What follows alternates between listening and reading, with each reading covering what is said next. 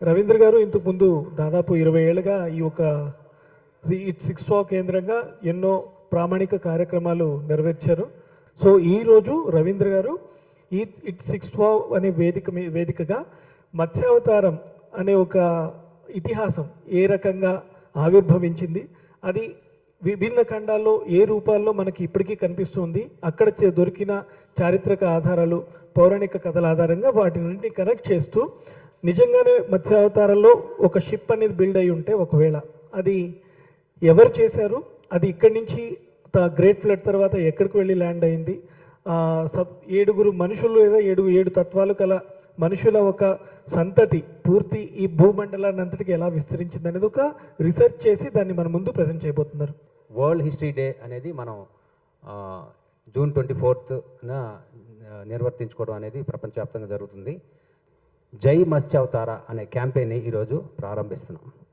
నేను ఇంకా ముందు పోయి అన్ని విషయాలు మాట్లాడే ముందు మీకు ముందు నా గురువులు, నా మిత్రులు వీళ్ళందరూ ఆశీర్వాదాలతో వారి ఒక మంచి వాక్కుతో ప్రారంభించాలని మొదటగా మా గురువులు, మా చాలా ఆత్మీయ గురువులు శ్రీ ఆత్మారాం గారు మాట్లాడాలని కోరుకుంటున్నాను.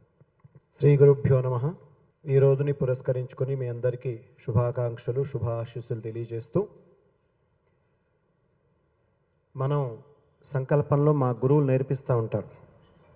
భరతవర్షే భరతఖండే జంబూద్వీపే దండకారణిజే గోదావర్య దక్షిణే తీరే. అలాగే మీరు వివాహానికి వెళ్తే శ్రద్ధ పెట్టరు, కానీ అక్కడ అతల వితల సుతల తలాతల రసాతల అని అద్భుతమైన మంత్రం చెప్తారు. అంటే ఎన్ని లోకాలు ఉన్నాయి భూమికి కింద లేదా భూమికి పైన. మనకల్లా హడావిడి, అలా వెళ్ళామా, దేవాలయంలో దండం పెట్టుకున్నామా, లేదా వివాహానికి వెళ్ళామా, భోంచేసామా, తిరిగి వచ్చామా. ఎక్కడికి పోయినా సరే మన హిందువులకు ఎందుకో తెలీదు, ఏదో హడావిడి తరుముతున్నట్టుగా ఉంటుంది పరిస్థితి. మన వైపు రీసెర్చే ఉండదు. అందుకని ఎప్పుడైనా ఆ మంత్రాలు చదివితే అయ్యగారు దక్షిణ కోసం చదువుతున్నాడు అనే ఇంటెన్షన్ కాకుండా అసలు ఆ మంత్రంలో ఏముంది, దాని వెనుక అంతరార్థం ఏంటి, ఏదో కుహనా మేధావులు చెప్పే అర్థం తీసుకోమాకండి. మన మంత్రాల్లో అద్భుత అర్థాలున్నాయి. ప్రపంచాన్ని, ఈ దేశాన్ని లేదా ప్రకృతిని తెలియజేసే చాలా విశేషమైన అంతర్గతమైన అర్థాలు ఆ మంత్రాలు నిబిడీకృతం చేసి పెట్టారు మన పెద్దవాళ్ళు.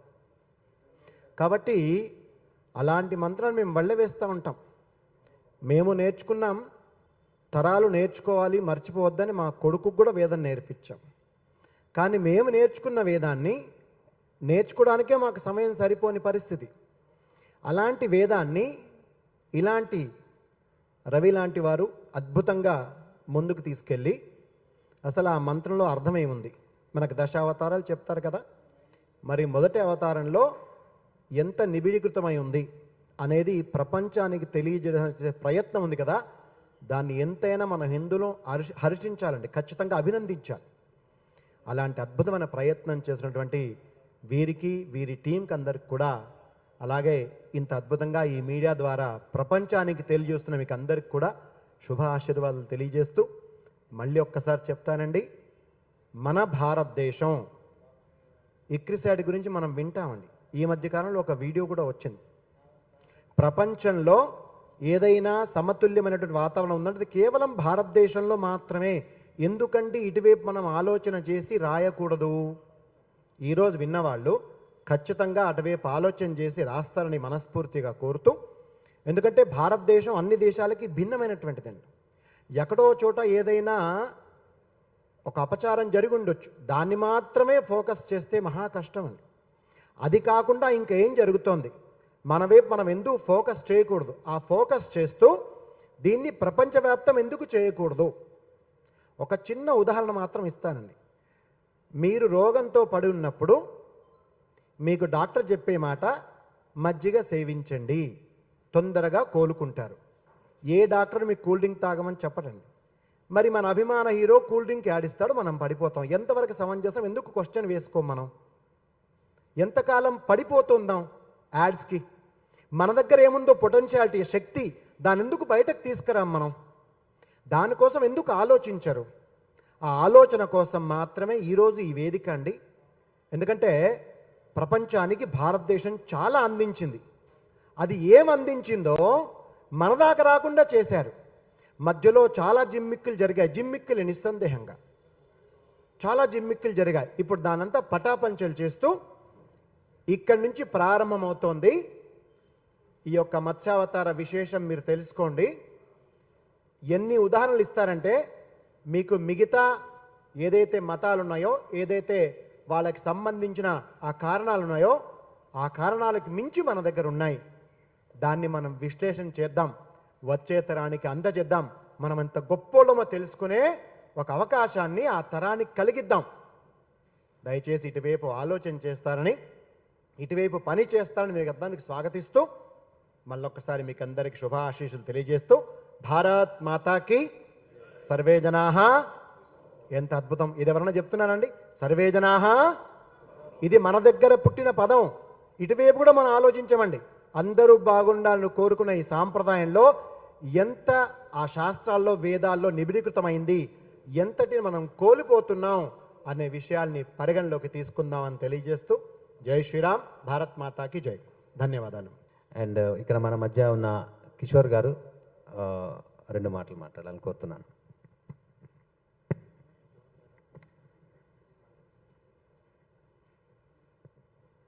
నమస్కారం. మొదట మీడియా మిత్రులకి, మీడియా ద్వారా చూస్తున్న టీవీలో అనేక ఛానల్స్ ఉన్న ప్రేక్షకులందరికీ ద వరల్డ్ హిస్టరీ డే శుభాకాంక్షలు. ఇలా ప్రతి ఒక్క విషయానికి ఒక డే ఉంటుంది, మనం సెలబ్రేట్ చేసుకోవాలని మనకి ఎవరో చెప్తే తెలిసింది. కానీ ప్రతిరోజు శుభదినమే, సూర్య నమస్కారంతో మన రోజు శుభప్రదంగా జరగాలని మన శాస్త్రాల్లో, ధర్మాల్లో ఎక్కడో ప్రతిరోజు చెప్తూనే ఉంటారు. కాకపోతే ఇక్కడ ప్రత్యేకంగా చెప్పుకోవడానికి అవకాశం వచ్చింది కాబట్టి చెప్తున్నాము. ఇది the world great flood civilisation day అని చెప్పేసి ఈ కార్యక్రమాన్ని ఒక సంకల్పం చేసుకున్న రవీంద్రజిత్ గారికి ధన్యవాదాలు. నిజంగా ఇది ప్రపంచానికే చెప్పాల్సిన శుభదినము. ఎందుకంటే మనకు దేవాలయాల్లో వేలాది సంవత్సరాలుగా ఉన్న దేవాలయాల్లో ప్రతి దేవాలయంలో మనకు దశావతారాలు ఇలా చెక్కబడి ఉంటాయి. మనకి ఎంతసేపు దాన్ని ఒక దేవాలయము, ఆధ్యాత్మికము, అది ఒక పురాణము, మిత్ అలా చెప్తూ వచ్చారు. కానీ యాక్చువల్గా సివిలైజేషన్ మొదలు పెట్టింది ఇక్కడి నుంచే. మత్స్యావతారానికి, కూర్మావతారానికి, తర్వాత వచ్చిన వారాహ అవతారానికి ఇవి అవతారాలు కాదు, ఎవల్యూషన్ ఆఫ్ హ్యూమన్ బీయింగ్ అని చెప్పేసి అదొక సైంటిఫిక్ రీసెర్చ్ అనమాట. దీనికి పూర్తి మీకు నిదర్శనం ఎక్కడుంటుందంటే హంపీలో యోగానంద దేవాలయం ఉంది. నరసింహస్వామి యోగానంద నవ్వుతూ అయ్యప్ప స్వామి ముద్రలో కూర్చొని ఉంటారు. ఆయనకి ఇరువైపులా 2 స్తంభాలు ఉంటాయి. దాని మీద అవతారాలుగా కాకుండా ఒక్కొక్క ఈ దశావతారాల చిహ్నాలు ఎవల్యూషన్ పరంగా అందులో చెక్కబడి ఉన్నాయి. మరి ఇది ఎన్ని వేల సంవత్సరాల చరిత్ర? భూమి పుట్టినప్పటి నుంచే ఎప్పుడైతే ఎవల్యూషన్ అని మొదలు పెట్టారో అప్పటి నుంచే ఇది ఉంది. కానీ మనకు అది నేర్పలేదు, చెప్పలేదు. ఎంతసేపు అక్కడెక్కడి నుంచో వచ్చింది, ఇక్కడెక్కడి నుంచో వచ్చింది, బిగ్ బ్యాంగ్ థియరీ, ఇంకేదో థియరీ. అంటే నాసా కానీ ఇతర దేశాలు చెప్తే కానీ తెలుసుకోలేనంత దీన స్థితిలో మనం ఉన్నామా? మరి వాళ్ళకి ఎక్కడి నుంచి వచ్చింది ఈ పరిజ్ఞానము? ఇక్కడి నుండే కదా. మన శాస్త్రాలు కానీ మన గ్రంథాలు కానీ ఇక్కడి నుంచి తీసుకొని పోయి అక్కడ వాళ్ళు కష్టపడ్డారు. సంస్కృతం రాదు, దేవనాగరి రాదు, కానీ రీసెర్చ్ చేసి చదివి దాన్ని మళ్ళీ వాళ్ళు థియరీగా మేమే కనిపెట్టాము, బల్బు మేమే కనిపెట్టాము, కరెంటు మేమే కనిపెట్టామని చదివేసరికి దాన్ని మనం డబ్బులు ఇచ్చి మళ్ళీ ఇంగ్లీష్ చదువులు చదివి అది గ్రేట్ అనుకుంటున్నాం. కానీ మన శాస్త్రము, మన ధర్మము గ్రేట్ అని మనం భావించట్లేదు. నిజంగా ఇది దౌర్భాగ్యం. ఎందుకంటే ఇవాళ ప్రతి ఒక్కటి చెప్పాల్సి వస్తుంది. సాక్ష్యాలున్న, ఆధారాలున్న, ద్వారకలో, సముద్రంలో అది పట్టణం ఉన్నా కానీ నిజమేనా? సైంటిఫిక్ రీసెర్చ్ ఉందా? నాసా ఎవరండి సర్టిఫికేట్ ఇవ్వడానికి? అసలు నాసాకు తెలుసా? Ram Setu man made bridge, Adam bridge అని పేరు పెడితే తప్ప అది మ్యాన్ మేడ్ అని తెలీదా? మనకు 5,000 కాదు 18,000 సంవత్సరాల ముందు చెప్పారు కదా.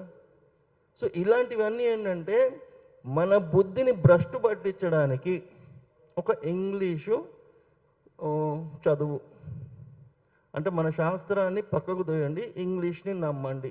ఆ దరిద్రాన్ని నేర్చుకోవడానికి కాన్వెంట్ స్కూళ్ళలో అధిక డబ్బులు ఇచ్చి మనం నేర్చుకుంటున్నాం, మన సాంప్రదాయాన్ని మనం మర్చిపోతున్నాం. ఇక్కడ ఎందుకు చెప్తున్నానంటే ఇంత ఇదిగా ఇంత కఠోరంగా, అంటే మన సంస్కృతిని సాంప్రదాయాన్ని తుడిచివేయడానికే ఇవన్నీ పన్నాగాలు.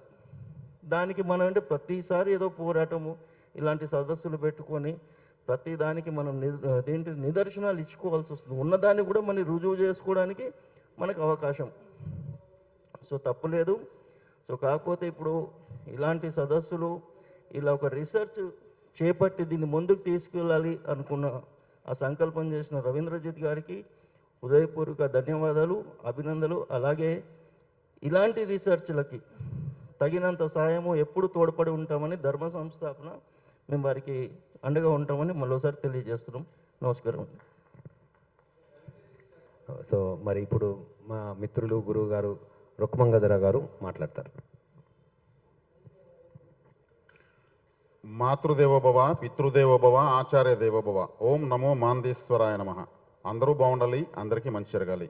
ఇక్కడ విచ్చేసినటువంటి మీడియా మిత్రులకు, వేదికను అలంకించినటువంటి పెద్దలకు, ఈ కార్యక్రమాన్ని వీక్షిస్తున్నటువంటి సమస్త ప్రజలందరికీ కూడా మంచి జరగాలని కోరుకుంటూ, ఇటువంటి కార్యక్రమాలు ఎన్నో ఈ ప్రపంచవ్యాప్తంగా జరగాలని మనస్ఫూర్తిగా కోరుకుంటూ నా ప్రసంగాన్ని ప్రారంభిస్తున్నాను. ఇక్కడ మత్స్యావతారం గురించి ఈరోజు మన రవీంద్రజిత్ గారు ఒక అద్భుతమైన ప్రోగ్రాం పెట్టారు.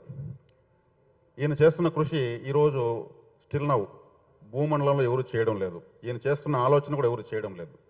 ఈ ఆలోచన కోసమే, ఇటువంటి ప్రయత్నాల కోసమే, ఇటువంటి ప్రయత్నాలు చేసి ఎన్నో విషయాలు వెలికి తీయడం కోసమే ఈయన పుట్టాడని మాత్రం నేను మొదటిసారి నాకు పరిచయం అయినప్పుడే కనిపెట్టాను నేను. ఎందుకంటే అందరిలా కాకుండా ప్రత్యేకంగా ఇప్పటివరకు ఎవరు చేయని ప్రయత్నము, ఎవరు చేయని ఆలోచన, ఎవరు చేయని ప్రయాణము చేయడానికి ఆయన యొక్క ఆలోచన, ఆయన యొక్క జీవన విధానం ఉందని మాత్రం నిక్కచ్చిగా చెప్పొచ్చు. దీంట్లో ఎటువంటి సందేహం లేదు. ఆయన చేసిన ప్రయాణము, సాధించిన విషయాలు, విజయాలు అన్నీ కూడా ఆయన మర్చిపోయి ఇంకేదో సాధించాలనే తపన ఆయనలో కనిపిస్తూనే ఉంటుంది. ఆ తాపత్రయం మాత్రం మనం చక్కగా చూడొచ్చు. ఇక్కడ మత్స్యావతారము అంటే మనకు అందరికీ చేప అంటే సముద్రం అని, సముద్రంలో మత్స్యావతారము ఉద్భవించిందని మనకందరికీ తెలుసు. మత్స్య పురాణమే ఉంది అష్టాదశ పురాణాల్లో. అదేవిధంగా మహావిష్ణువు అవతారం ఎత్తాడని, అదేవిధంగా కూర్మావతారము ఆయన ఎత్తాడు, సముద్రంలోనే తీశాడు. ఆయన ఆదిశేషుడి పైన పడుకొని ఉంటాడు, అది కూడా సముద్రంలోనే ఉంటాడు. అంటే ఇక్కడ సముద్ర శక్తి విశేషంగా తెలుస్తూ ఉంది. వరాహ అవతారం ఎత్తాడు, సముద్ర జలాల్లో మధ్యలో భూమి చిక్కుకుని ఉంటే ఆ సమస్త భూమండలాన్ని కాపాడి ఒకేసారి భూమి అంతా జలప్రలయం రాకుండా కొన్ని డిగ్రీలు క్రాస్గా పెట్టి భూమిని తన కూరపై నిలబెట్టాడు. అందుకే భూమి క్రాస్గా తిరుగుతూ ఉంటుంది. ఎక్కడ కానీ పూర్తిగా ప్రళయాలు రాకుండా, ఒక చోట వస్తే ఇంకో చోట రాకుండా శాశ్వతంగా ఆయన కాపాడాడు. అలా ఆయన దశావతారాలన్నీ కూడా లోకోద్ధరణకు, భూమిపైన ఉన్నటువంటి సమస్త జీవులు సురక్షితం కోసం తీసుకొచ్చాడనమాట. అదేవిధంగా ఈ మత్స్యావతారం అనేది మనకు చూస్తే హనుమంతుని యొక్క పుత్రుడు ఒక మత్స్యకన్యకు పుట్టినట్టు మనకు పురాణం చెప్తుంది. ఆయన శ్వేత బిందువు, ఆయన సంజీవి పర్వతం తీసుకుని వెళ్ళేటప్పుడు ఆయన చెమట చుక్క సముద్రంలో పడి అక్కడ ఒక మత్స్యకన్య దాన్ని మింగి అక్కడ హనుమంతుని యొక్క రూపంతో ఒక వ్యక్తి పుట్టాడు. అదేవిధంగా సత్యవతి మత్స్యకన్యగా ఆమె కూడా ఒక చేప కడుపులోంచి పుట్టింది. ఆమె సత్యలోకం నుంచి వచ్చింది.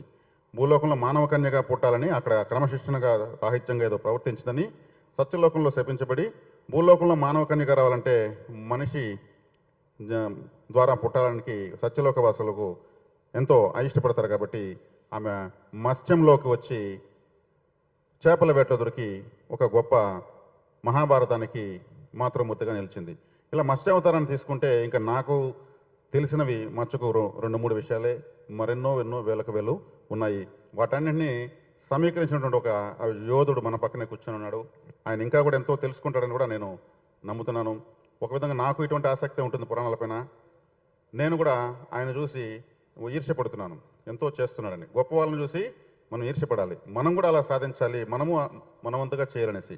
కాబట్టి ఈ మత్స్యావతారము వేదాలను అపహరించినటువంటి వేదాసురుణ్ణి సముద్రంలో వెళ్ళి పట్టుకోవడానికి భగవంతుడు ఎత్తినటువంటి అవతారము. అదేవిధంగా యుగము అంతమయ్యేటప్పుడు కారణ జన్మలను కాపాడడం కోసము ఆయన ఒక మత్స్యావతారం తీసుకొచ్చి ఒక పెద్ద మనం ఇప్పుడు అంటాం ఏదో షిప్పులు ఆ షిప్పులని, ఇటువంటి షిప్పులు ఎప్పుడో భగవంతుడు సృష్టించేశాడు, మన పురాణాలను ఉన్నాయి.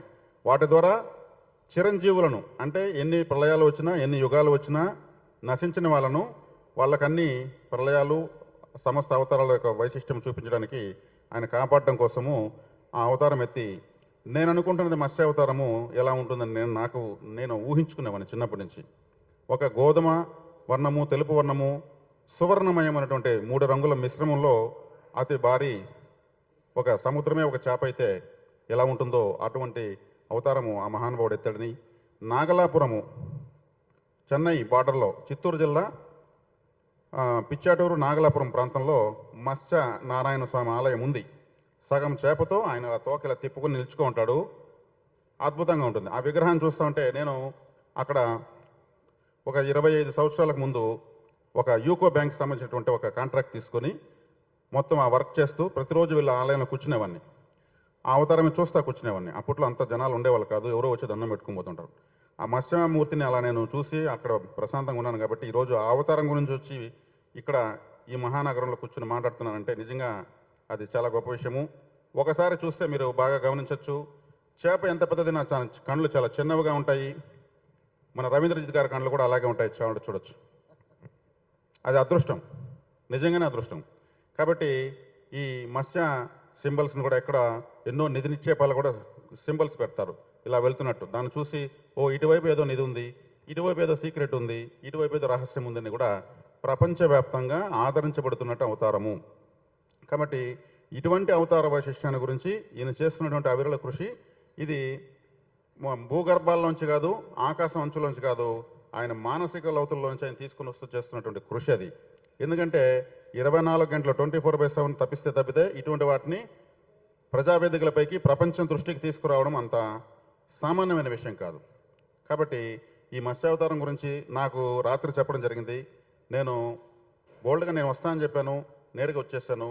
నేనేమీ ప్రిపరేషన్ కాలేదు. చిన్నప్పటి నుంచి నాకున్న అనుభవాలు, నేను జ్యోతిష్యుడిగా నాకున్నటువంటి కాస్త కోస్త పరిజ్ఞానం 2 కలిపి నేను మీకు ఈ 4 వాక్యాలు చెప్పాను. ఈయన చేస్తున్నటువంటి కృషికి మనకు ఎలాగైతే రామసేతు కట్టడానికి ఒక్కొక్క రాయి వేశారో వానరులంతా, అలా తెలిసిన వాళ్ళు తెలిసినట్టుగా ఆయనకు మనం తోడ్పాటు అందించాలి, సహాయ సహకారాలు అందించాలి. అలా అందిస్తూ వస్తే ఇటువంటి పరిశోధనలు ప్రపంచ స్థాయికి వెళ్తాయి. కాబట్టి ప్రపంచానికి దిక్సూచి అని ఏదైనా ఉందంటే అది మన భారతదేశమే. మన భారతదేశంలోనే ఇటువంటి వ్యక్తులు పుడతారు. మరి ఎక్కడన్నా విదేశాల్లో పుడితే కూడా వాళ్ళు మన భారతదేశానికి వచ్చి ఇక్కడి నుంచే పరిశోధన చేస్తారు. అంటే ఆది అంతము, మూలము, అంతరార్థము, పరమార్థము అన్నీ కూడా ఇక్కడే ఉన్నాయి. ఇది వేదభూమి, కర్మభూమి అని చెప్పడం జరిగింది. కాబట్టి ఇక్కడే వాటన్నిటి కూడా నిరూపణ జరిగింది. మరి పాల సముద్రం పైన మహావిష్ణువు పడుకొని ఉంటారు.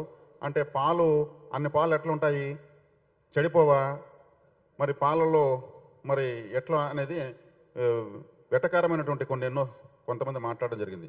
పాల సముద్రం అంటే పాలలాగా స్వచ్ఛంగా నీళ్లు ఉండేవి ఒకప్పుడు. అంటే తెల్లగా ఉండడం వల్ల ఎప్పుడైతే అమృతం కోసం చిలికారో, సముద్రానికి కెలికారో వర్ణం మారింది. దానిలో కాలకూట విషం పుట్టింది. ఒక చోట నీళ్లు నల్లగా, ఒక చోట బ్లూగా, ఒక చోట గ్రీన్గా, ఒక చోట ఇంకొక రంగా సముద్రం కలుషితమైంది. అప్పుడే అది కలుషితమయ్యే ఉప్పు అందులో పుట్టింది అని నేను కొంతమంది పెద్దల ద్వారా తెలుసుకున్నా. ఎందుకంటే నేను చూసింది ఏం లేదు కదా, నేను పరిశోధించింది ఏం లేదు కదా. నేను ఇటువంటి ప్రశ్నలు నాకు కూడా వస్తాయి. నేను అడిగేవాడిని, ఇది ఎందుకు పాల సముద్రం అంటారు కదని. కాబట్టి మన సముద్రానికి మహాశక్తి ఉంది. బిడ్డ పుట్టగానే నీళ్లు మొహాన చల్లుతారు, ఉలికి పడి ఏడుస్తాడు. ఆ ఉలికి పడినప్పుడే గత జన్మను మర్చిపోతాడు, కర్మలను.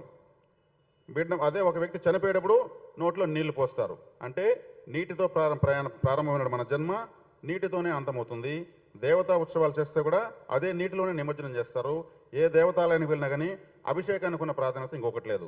అంటే గంగాదేవి అతి ప్రాచీన దేవత, త్రిమూర్తుల కన్నా ప్రాచీన దేవత. అందుకే ఆమె అంటే అందరికి ఇష్టం. ఆమె ప్రక్షాళన చేస్తుంది, ఆమె సమస్యలకు పరిష్కారం చూపిస్తుంది. కాబట్టి అక్కడే దేవతలు వేగంగా అక్కడే ఇష్టపడి ఉంటారు. కాబట్టి దేవతా శక్తి మత్స్యావతారం కావచ్చు, కూర్మావతారం కావచ్చు, మహావిష్ణువు కావచ్చు, ఆ నీటి వద్దనే ఉంటారు. కాబట్టి నదులన్నీ కూడా సముద్రంలోకే చేరుతాయి. సముద్రమే లేకపోతే వర్షం లేదు, వర్షం లేకపోతే మనకు తిండి లేదు. కాబట్టి మత్స్యావతారం కూడా మనకు సముద్రంలో ఉద్భవిస్తుంది.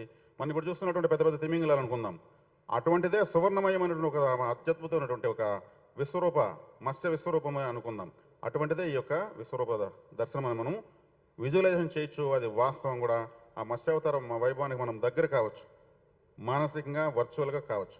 కాబట్టి ఇది నేను చెప్పదలుచుకున్నటువంటి విషయము. ఈ విషయాన్ని మీతో పంచుకోవడము, ఈ వేదికగా ఈ పెద్దలందరి సమక్షంలో పంచుకోవడం కూడా నా పూర్వజన్మ సుకృతంగా భావిస్తున్నాను. కాబట్టి ఇక్కడ వచ్చేసిన ప్రతి ఒక్కరికి, ఇది వీక్షించిన ప్రతి ఒక్కరికి అందరూ కూడా పేరు పేరున నేను ఈ అవకాశం లభించినందుకు ధన్యవాదాలు తెలియజేస్తున్నాను. ఏదన్నా నేను పొరపాటు మాట్లాడుంటే మనస్ఫూర్తిగా క్షమించమని కోరుతున్నాను. జై హింద్, జై భారత్ మాతకి జై. థ్యాంక్స్ అండి. రుక్మంగధర గారు చాలా అద్భుతంగా మాట్లాడారు. సో మీరు నా పట్ల మీరు చూపించిన అభిమానంగా నేను తీసుకుంటున్నాను ఇది. So thank you very much. ఇప్పుడు మరి మా మిత్రులు చాలా అన్ని విషయాల్లో చాలా సపోర్ట్ ఇస్తూ ఉన్న మిత్రులు విజయ్ గారు 2 మాటలు. అందరికీ నమస్కారం అండి. ప్రత్యక్షంగా పరోక్షంగా ఒక విషయాన్ని చేరవేసేది only print media and electronic media. ఈ గొప్ప కార్యక్రమాన్ని మీరు 10 మందికి చేరవేయాలని మనస్ఫూర్తిగా కోరుకుంటున్నాం. ఇంత గొప్ప కార్యక్రమాన్ని శ్రీకారం చుట్టినటువంటి మన రవీంద్రజిత్ గారికి మీ ప్రోత్సాహం అందించాలని మనస్ఫూర్తిగా కోరుకుంటున్నాను. Thank you so much sir. Thanks అండి. Thank you. మా Telangana it's 6th wow chairman గారు వల్లం కళాధర్ గారు ఒక 2 మాటలు. సార్ నమస్తే సార్. మన రవిబాబు గారు చేసే ఈ కార్యక్రమం చాలా గొప్ప కార్యక్రమం. ఎందుకంటే ఇది అందరికీ దొరకదు. ఆయనకి దీని మీద కాన్సన్ట్రేషన్ చేశారంటే అది పెద్ద విషయం. ఆయన ఏది చేసినా కూడా ఎండ్ వరకు చూస్తారు. అలా ప్రతి విషయాన్ని చాలా క్లారిటీగా అందరికీ చెప్పారు. ఇది కూడా గొప్పగా సక్సెస్ చేస్తారని అనుకుంటున్నాను. ఇక్కడ అంతా పెద్దవారు కూర్చున్నారు, వాళ్ళ మాటల ముందు నా మాట అసలు ఏముండదు. అసలు నాకు ఒక అదృష్టం అనుకుంటున్నా ఇక్కడ కూర్చొని మాట్లాడటం. ఎందుకంటే అంత పెద్ద పెద్దవాళ్ళు కూర్చున్నారు, సార్ కూడా ఉన్నారు, ఆయన గురించి అందరికీ తెలిసిందే. తర్వాత సార్ ఏం చేసినా సరే ఆయన సెల్ఫ్గా ఏం చేసుకోడు, కంపల్సరీగా దేశానికి ఉపయోగపడే విషయమే చేస్తాడు కంపల్సరీగా. అలాగే శ్రీకృష్ణుని గురించి, ఆయన గురించి మిగతా వాళ్ళు ఎలా ఉన్నారో ఏమో కానీ ఆయన పెట్టిన కాన్సన్ట్రేషన్ కానీ ఆయన పెట్టిన ఇది కానీ చాలా ఆశ్చర్యంగా ఉంటుందండి. అలాగే ప్రతి ఒక్కళ్ళు సార్ గురించి లైక్ పెట్టడం కాకుండా అందరికీ షేర్ చేయండి, అందరికీ చెప్పండి దయచేసి. ఆయన చెప్పే ప్రతి విషయం అర్థం చేసుకోండి. అలాగే ఈ హిందూయిజం గురించి స్కూల్లో కూడా కంపల్సరీగా ఒక క్లాస్ ఉండాలని నా అభిప్రాయం అండి. ఎందుకంటే చిన్నప్పటి నుంచి ఇవి చెప్తేనే తెలుస్తాయి. ఇట్లాగా ప్రతి ఇంకో వాళ్ళ గురించి మాట్లాడిన కానీ ప్రతి ఒక్కళ్ళ గురించి మరి ఆలోచిస్తే వాళ్ళు ఎవ్రీ 1 డే అన్నా సరే అందరు గుడికి వెళ్తారు, వాళ్ళ గుళ్ళకి వెళ్ళి వాళ్ళ గురించి మాట్లాడుకుంటారు. మన దాంట్లో మాత్రం అది ఉండనే ఉండదు. ఇష్టం ఉంటే వెళ్తాం, లేకపోతే లేదు. బొట్టు పెట్టుకుంటాం, బొట్టు పెట్టేది కూడా ఆలోచిస్తాం, అది బాగుంటుందా, స్టైల్గా ఉంటుందా లేదా అని. అలా కాకుండా దయచేసి అందరూ గుళ్ళకి వెళ్ళి దండం పెట్టుకోవాలి, హిందూజాన్ని నిలబెట్టాలనేది నా అభిప్రాయం. దాన్ని ఈయన కృషి చేస్తున్నందుకు చాలా సంతోషంగా ఉంది. ఈ అవకాశం ఇచ్చిన దానికి చాలా థ్యాంక్స్ సార్. థ్యాంక్స్ అండి. వల్లం కళాధర్ గారు చాలా క్లుప్తంగా మాట్లాడారు. Thank you. చివరిగా ఒక 2 minutes మా ప్రెసిడెంట్ జాహ్నవి షాహితీ గారు మాట్లాడతారు. అందరికీ నమస్కారం అండి. నేను Jahnavi, 6th wow president. And ఈరోజు మనం అందరికీ వరల్డ్ హిస్టరీ డే శుభాకాంక్షలు. ఈరోజు మనం గ్యాదర్ అవ్వడానికి ముఖ్య కారణం వరల్డ్ గ్రేట్ ఫ్లడ్ సివిలైజేషన్ గురించి అందరికీ తెలియజేయాలనేది. దీని గురించి మేము జై మత్స్యావతార క్యాంపెయిన్ అనే ద్వారా మేము దీన్ని ముందుకు తీసుకెళ్తున్నాము. దీన్ని మీరందరూ సపోర్ట్ చేసి అర్థం చేసుకొని ముందుకు తీసుకెళ్తారని ఆశించి థ్యాంక్స్ చెప్తున్నాను అందరికీ. థ్యాంక్ యూ అండి. ఈ వరల్డ్ హిస్టరీ డే సందర్భంగా మత్స్యావతార జై మత్స్యావతార క్యాంపెయిన్ని ప్రారంభిస్తున్నాము.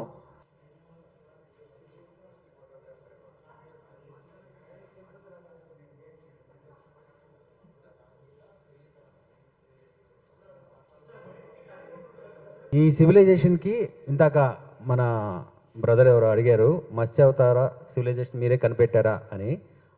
అది యాక్చువల్గా దానికంటే ముందు మనం కనిపెట్టిన విషయం ఏంటంటే world great flood civilisation. Great flood అనేది 200 సివిలైజేషన్స్ ఈ కథని ఎన్నో విధాలుగా రాసుకోవడం జరిగింది. సో అందుకే ప్రపంచంలో ఉన్న గ్రేట్ ఫ్లడ్ యొక్క సివిలైజేషన్గా మేము గుర్తించడం జరిగింది.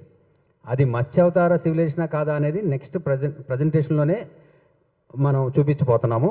అది ఎందుకంటే ఇండస్ వ్యాలీ సివిలైజేషన్లో ఉన్న ఆర్టిఫాక్ట్స్ మౌనంగా మనకేం చెప్తున్నాయి అనే దాని బేస్ చేసుకొని ఉంది.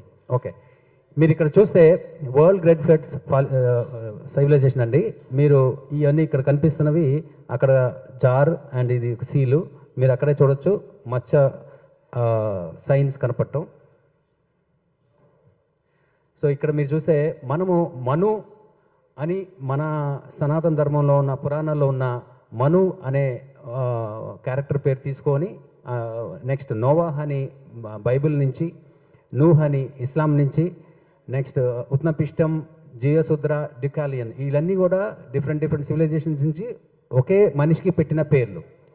ఒకే కథంలో ఇన్ని రకాలైన పేర్లు ఉండటం జరిగింది.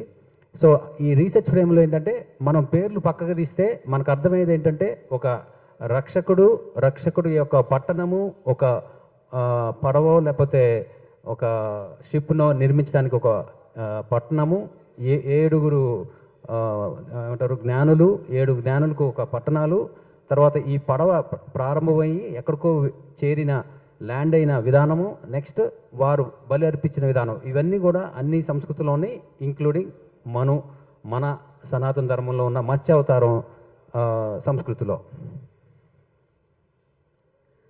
సో అయితే ఇప్పుడు ఒక్క నిమిషం ఇక్కడ మీరు చూస్తే అసలు ఇది ఎలా స్టార్ట్ అయిందంటే కరప్టెడ్ వరల్డ్, ప్రపంచం అంతా కూడా పాపంతో నిండిపోయినప్పుడు భగవంతుడు ఏం చేశాడంటే ఒక రక్షకుడిని ఎన్నుకున్నాడు. రక్షకుడిని ఎన్నుకొని ఒక వార్నింగ్ ఇచ్చాడు. వార్నింగ్ ఇచ్చిన తర్వాత అందరికి కూడా ఆ వార్నింగ్ స్ప్రెడ్ చేశారు. మను అని కానీ, నోవాహ్ అని కానీ వీళ్ళందరూ కూడా అదే ఒక అతను.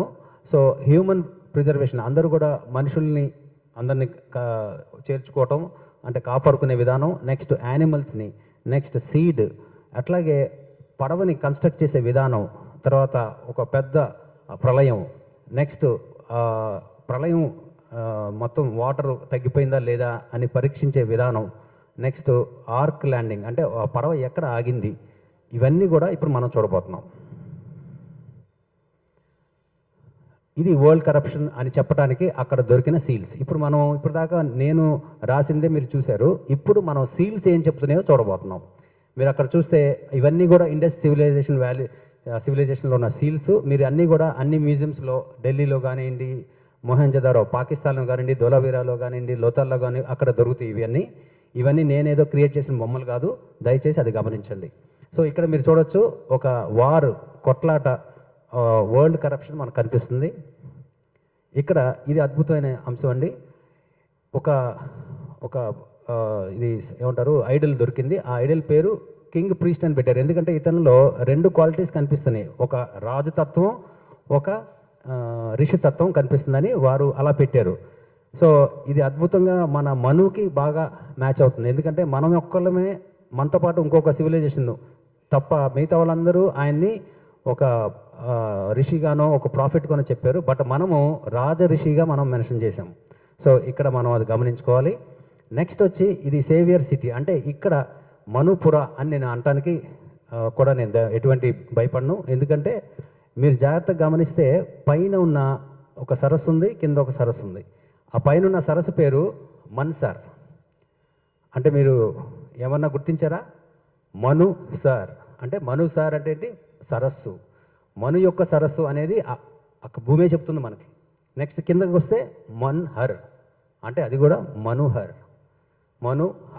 సో అంటే ఇది మను గారిది అని చెప్పడానికి ఇలా ఉన్నాయి. ఇవే కాకుండా మన మత్స్యావతారంలో ఏదైతే ఆయన కమండలంలోకి చేపను తీసుకొని అక్కడి నుంచి వేరే గిన్నెలోకి, అక్కడి నుంచి ఇంకొక జారు, పెద్ద జారు, తర్వాత పాండు, లేక్, తర్వాత రివరు, ఓషను, అట్లా 7 దశలుగా వెళ్ళిన విధానాన్ని కూడా మనం అక్కడ గుర్తించవచ్చు. అంటే ఎక్కువ సమయం తీసుకుంటుంది కాబట్టి నేను చాలా ఫాస్ట్గా చెప్తున్నాను. సో నన్ను క్షమించండి ఆ విధంగా. ఇప్పుడు మనం ఏంటంటే ఏన్షియంట్ టెక్స్ట్ అంటే మనం రాతపూర్వకంగా వేదిక్ పురాణంలో ఏముంది, మెసపటోమియన్ వాటిల్లో ఏముంది, బిబ్లికల్గా ఏముంది, ఇస్లామిక్గా ఏముంది, అనే వాటిని తీసుకొని ఒక కంక్లూజన్కి తీసుకొని మనం ముందుకెళ్తున్నాము. అట్లాగే ఆర్కియాలజికల్గా కూడా మనకి ఎవిడెన్సెస్ తీసుకొని వెళ్తున్నాము. జియోగ్రఫికల్గా ఇంతకు మీకు చూపించినట్టు మనసరన్ కానివ్వండి, ఇట్లాంటివి జియోగ్రఫికల్గా కూడా మనం చూపిస్తున్నాము. నెక్స్ట్ కల్చరల్ మెటీరియల్, అక్కడ దొరికిన మెటీరియల్ నుంచి కల్చరల్గా మనకి ఏమైనా తెలుస్తుందా, అవన్నీ కూడా ఇప్పుడు మనం చూడబోతున్నాం. నెక్స్ట్ ఎపిగ్రాఫిక్, దాని మీద ఉన్న గుర్తులు కానివ్వండి, అక్షరాలు కానివ్వండి, వాటి నుంచి మనం ఏమి చూడొచ్చు అనేది కూడా మనం ఇప్పుడు చూడబోతున్నాం.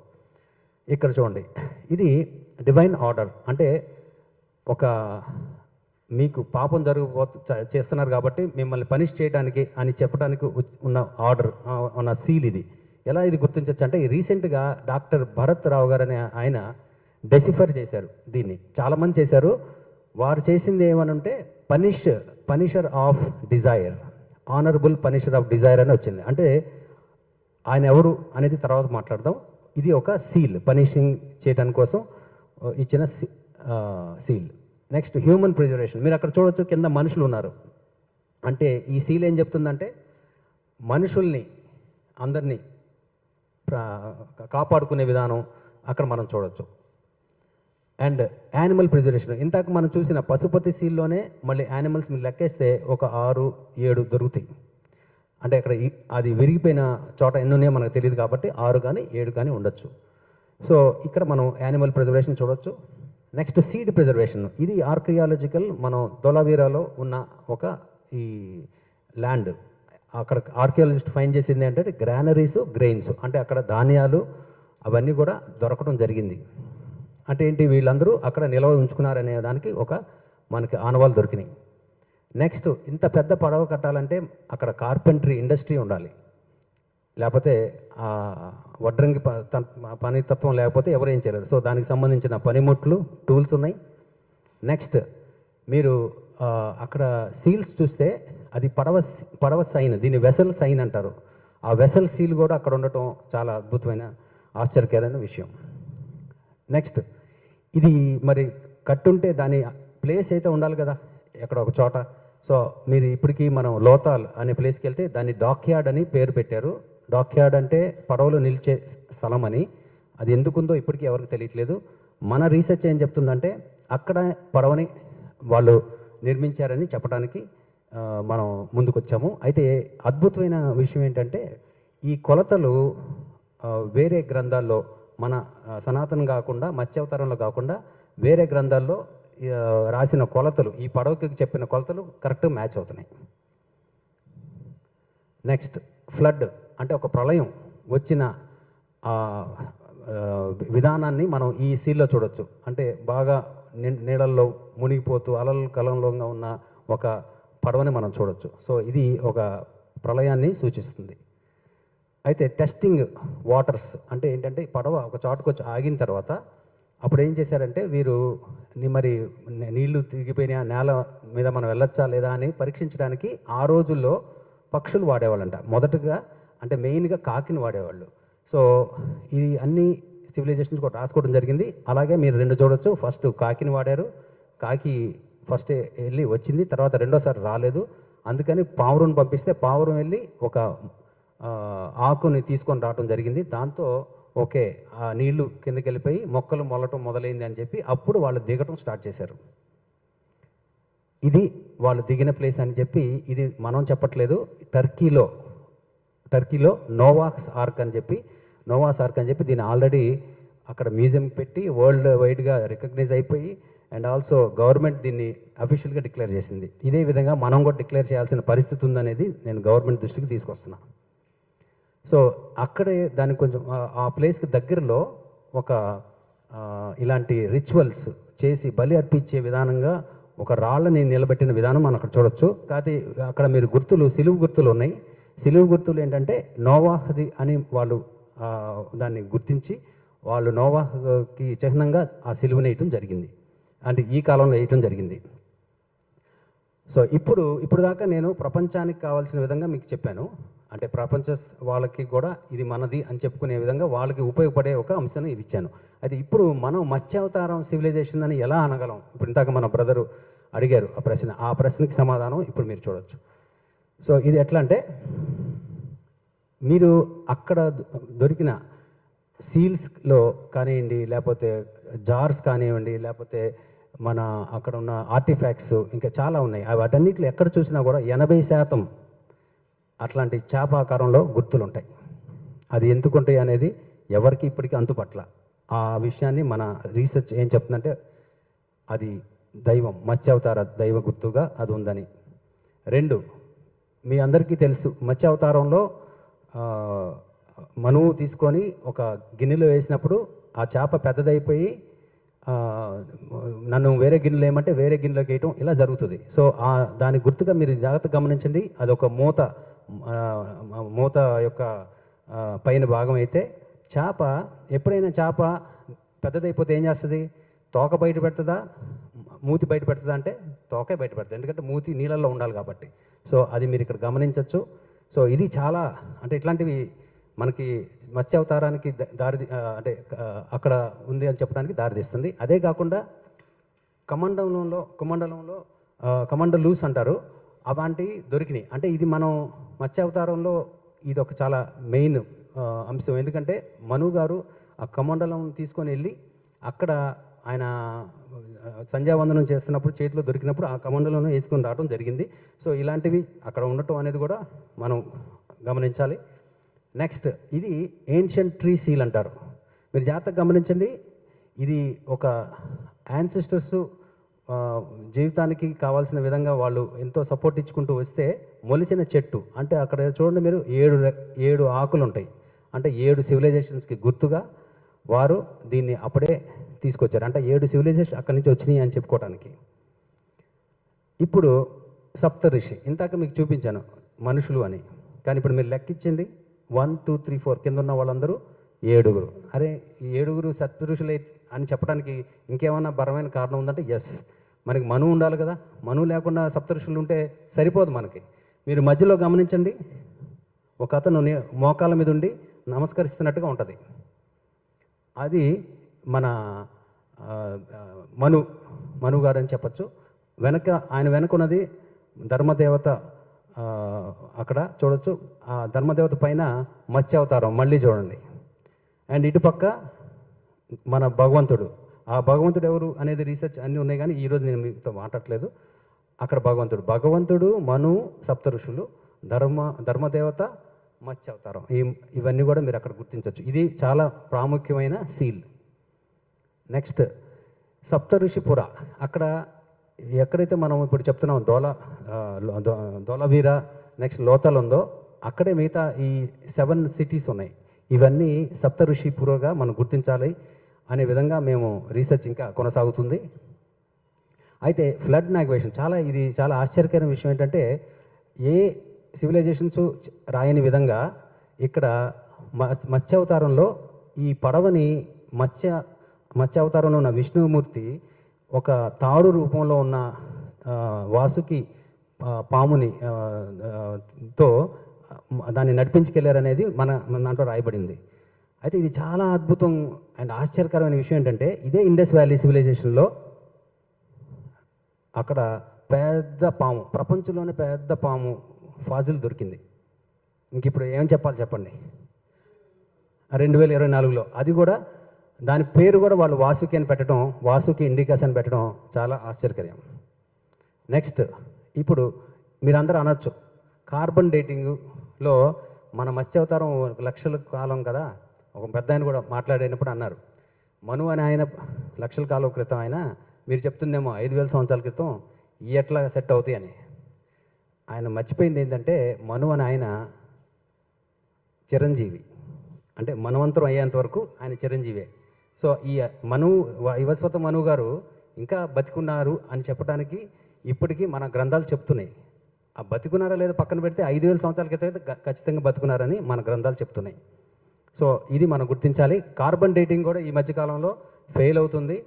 అంటే 10 సంవత్సరాల్లో ఉన్న విషయాన్ని వాళ్ళు గుర్తిస్తే అది 100 సంవత్సరాలు 1,00,000 సంవత్సరాలని కూడా చెప్పిన విధానాలు చూసి ఫెయిల్ అయ్యి వారు దాన్ని పక్కకు పెట్టారు. అండ్ ఇక్కడ మనం ఒక్కటి గుర్తించాలి ఏంటంటే మత్స్యావతారం మనం అందరం ఫస్ట్ అవతారం అని చెప్పుకుంటాం. బట్ యాక్చువల్లీ గ్రంథాల్లో ఎన్ని గ్రంథాలు మీరు వెతికినా నేను చూశాను, చాలామందికి తెలియదు. మనం ఏంటంటే నానుడుగా చెప్పుకుంటాం, ఆర్డర్ లేదు. యాక్చువల్గా ఆర్డర్ అనేది ఎక్కడ కూడా కరెక్ట్గా ఇలా అని చెప్పలేదు. అయితే ఇక్కడ మత్స్య అవతారం కృష్ణ అవతారానికి దగ్గరలో ఉందని మనం చెప్పుకోవడానికి చాలా నిదర్శనాలు మన దగ్గర ఉన్నాయి. బట్ నేనేమంటున్నా అంటే అది ఎక్కడ ముందా వెనక పక్కన పెడితే జరిగిందా లేదా అనేది ఆ వాస్తవాన్ని మనం ముందు చూపించాలి. ఇది ఎక్కడ జరిగింది, అది ఎక్కడ జరిగింది కాదు. మనకి ఏ ఆనవాళ్ళు ముందు దొరికితే అవి. ఇప్పుడు మత్స్య అవతారానికి సంబంధించిన ఆనవాళ్ళు 100%గా 200% దొరికినాయని నేను బల్లగుద్ది చెప్తున్నాను. సో ఇప్పుడు మీ మీడియా మిత్రులతో ద్వారా అందరూ సైంటిస్టులు కానివ్వండి, ఆర్కియాలజిస్టులు కానీ అందరినీ కొలాబరేట్ అయ్యి దీన్ని ఈ ఇండస్ వ్యాలీ సివిలైజేషన్ యొక్క రీసెర్చ్ని ఈ దిశగా ముందుకు తీసుకెళ్ళి మీరు ఇంకా చేస్తే, నేను చేసింది ఏదో ఒక 1%, 2% ఇంకా అందరం కలిసి చేస్తే ఇంకా చాలా విషయాలు, గొప్ప విషయాలు తెలుస్తాయని నేను కోరుకుంటున్నాను. సో నేను రీసెర్చ్ చేసిన వాటిల్లో చాలామంది ఉన్నారు, కొద్దిమందినే పెట్టగలిగాను పెద్దవాళ్ళు. సో ఇండస్ వ్యాలీ సివిలైజేషన్కి సంబంధించి కొంతమందిని పెట్టాను. అట్లాగే గ్రేట్ ఫ్లడ్స్ గురించి రీసెర్చ్ చేసిన వాళ్ళు. వీటిల్లో హ్యాంకాక్ గారు లాస్ట్లో ఉన్నారు చూడండి కార్నర్లో, ఆయన గ్రహాం హ్యాంకాక్ గారు. ఆయన అసలు చాలా భారతదేశానికి సంబంధించిన చాలా విషయాలు ముందు తీసుకొచ్చారు. నాకు చాలా పెద్ద ఇన్స్పిరేషన్ వారు. సో మీ అందరి ముందు కూడా ఆయనకి ధన్యవాదాలు చెప్పుకుంటున్నాను. సో ఇప్పటివరకు చూసిన వాళ్ళకి థ్యాంక్ యూ.